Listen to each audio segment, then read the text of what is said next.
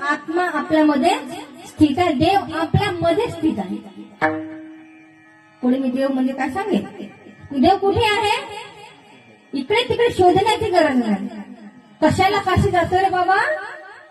कशाला पंढरी जातो? देव कुठे आहे? तुमच्यातच आहे. मग हा आपल्यात असलेला देव कसा शोधायचा?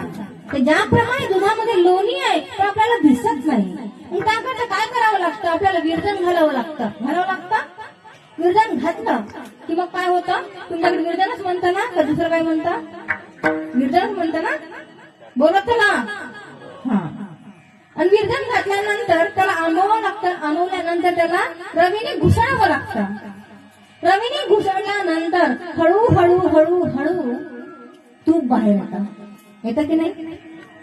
तसंच आपल्या मनालाही प्रभूच्या नामस्मरणाने, चिंतनाने, कथा श्रवणाने, कीर्तनाच्या श्रवणाने आपल्या मनाला घुसळायचं आहे, मंथन करायचं.